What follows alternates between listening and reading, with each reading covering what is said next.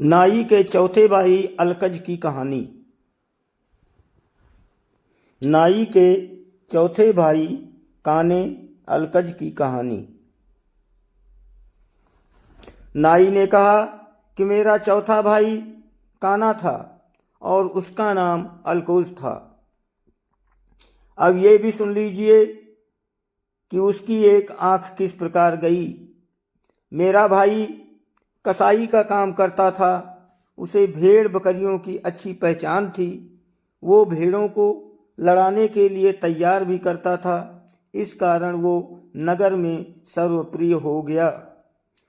वो बड़े अच्छे अच्छे मेढ़े पालता और प्रतिष्ठित लोग उसके यहाँ से मेढ़ों को लड़ाई देखने के लिए आते। इसके अलावा वो भेड़ का बहुत अच्छा मांस बेचता था। एक दिन एक बुढ़ा उसके पास आया और एक पसेरी मांस खरीद कर और उसका मूल्य देकर चला गया। उसके दिए हुए चांदी के सिक्के बिल्कुल नए और चमकते हुए थे। मेरे भाई ने उन्हें देखकर एक संदूक में डाल दिया।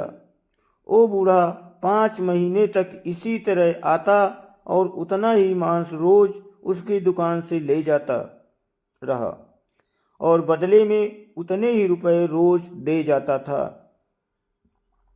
5 महीने बाद मेरे भाई ने जब और भेड़ें खरीदनी चाहिए तो संदूक खोलने पर वहां कागज के गोल कटे टुकड़े पाए। ये देखकर वो अपना सिर पीट पीट कर रोने लगा, चिल्लाने लगा। उसने पड़ोसियों को बुलाया और उन्हें संदूक से भरी हुई कागज की गोल चिंदियां दिखाई। वे भी ये देखकर बड़े आश्चर्य में पड़े कि मेरा भाई दांत पीस पीस कर कह रहा था कि अगर वो कमबख्त बुढ़ा मिल जाए तो उसकी अकल ठिकाने लगाऊं। संयोग से गली में कुछ दूर पर वो बुढ़ा दिखाई दिया। मेरे भाई ने दौड़कर उसे पकड़ा और पड़ोसी तथा अन्य कई लोग भी वहां एकत्र हो गए। मेरे भाई ने पुकार कर कहा, भाइयों देखो इस निर्लज्ज पापी ने मेरे साथ कैसी धोखाधड़ी की है। ये कहकर उसने सारा वृत्तांत कहा।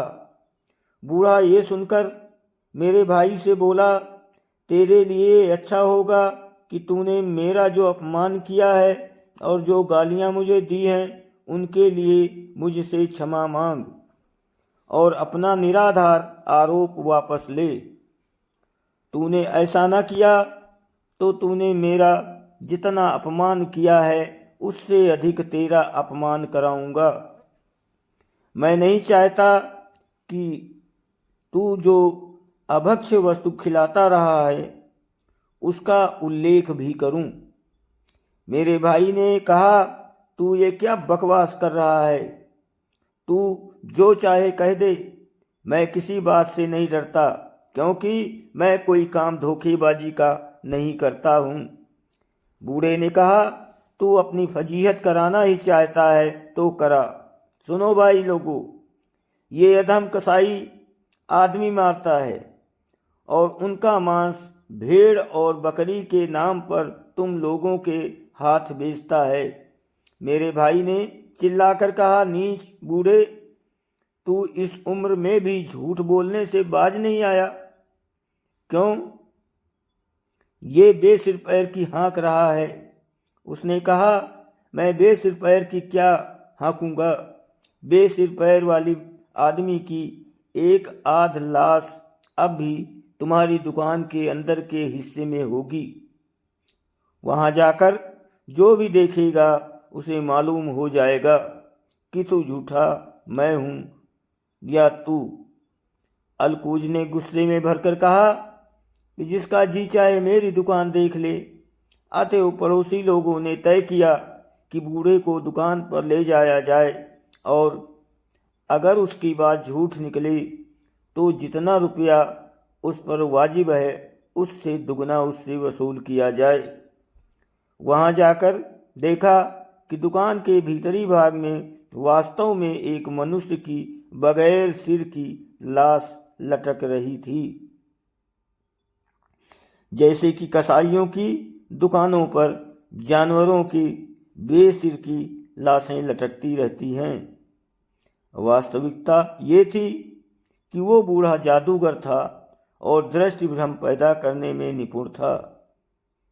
5 महीने तक उसने कागज की गोल चिंदियां मेरे भाई को दी और इस समय उस भेड़ को जिसे मेरे भाई ने कुछ देर पहले मारा था आदमी बनाकर लोगों को धोखा दिया।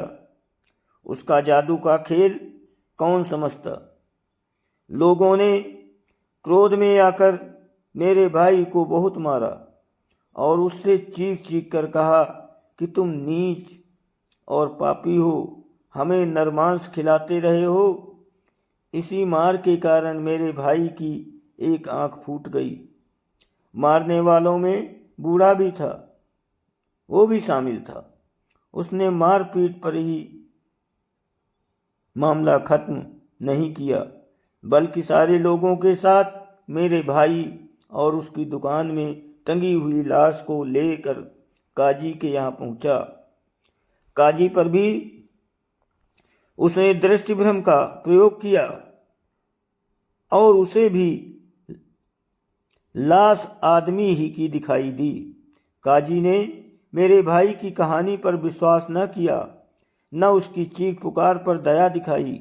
उसने आज्ञा दी कि इस कसाई को 500 कोड़े मारे जाएं और फिर इसे ऊंट पर बिठाकर सारे शहर में फिराया जाए, फिर नगर से निष्कासित कर दिया जाए। अतएव ऐसा ही किया गया।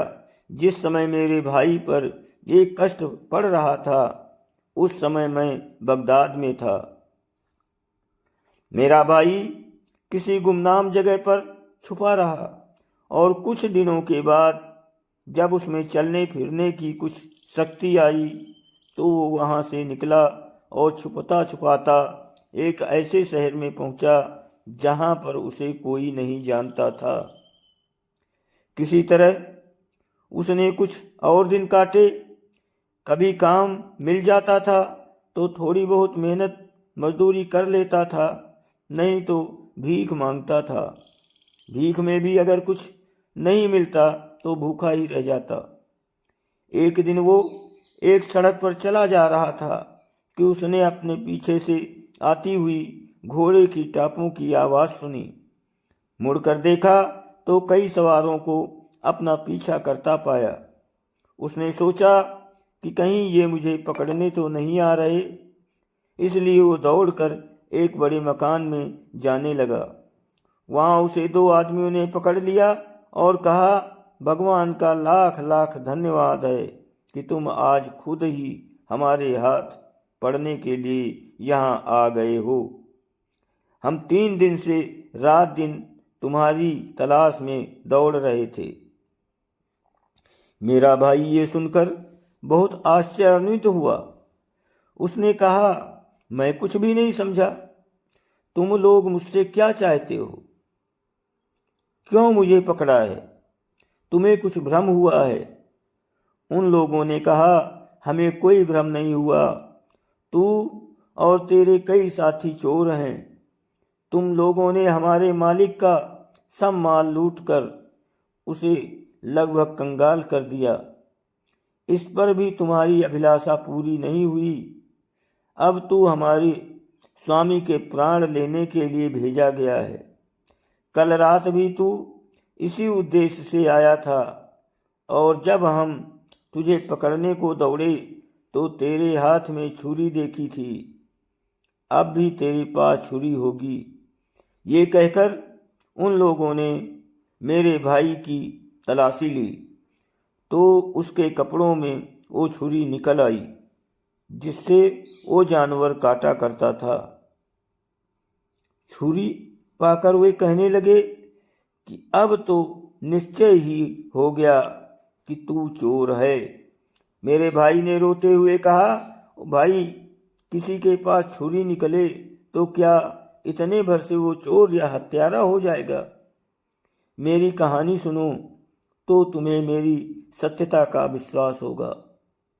ये कहकर अलकूज ने अपनी सारी विपदाओं का उनसे वर्णन किया, किंतु ये कहानी सुनकर वो दोनों व्यक्ति अलकूज पर दया करने के बजाय उससे चिपट गए।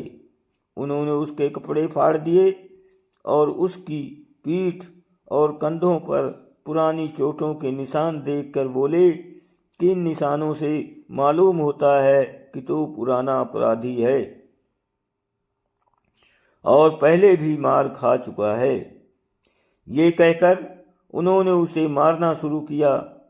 अलकूज रोता चिल्लाता रहा और भगवान से शिकायत करता रहा कि मैंने ऐसा क्या अपराध किया है जिसका ये दंड मिल रहा है। एक बार की बेकार की मार के बाद जिसमें मेरा कोई अपराध नहीं था, ये दूसरा दंड क्यों मिल रहा है। उन लोगों पर उसके रोने चिल्लाने का कोई असर नहीं हुआ और वे उसे काजी के पास पकड़ कर ले गए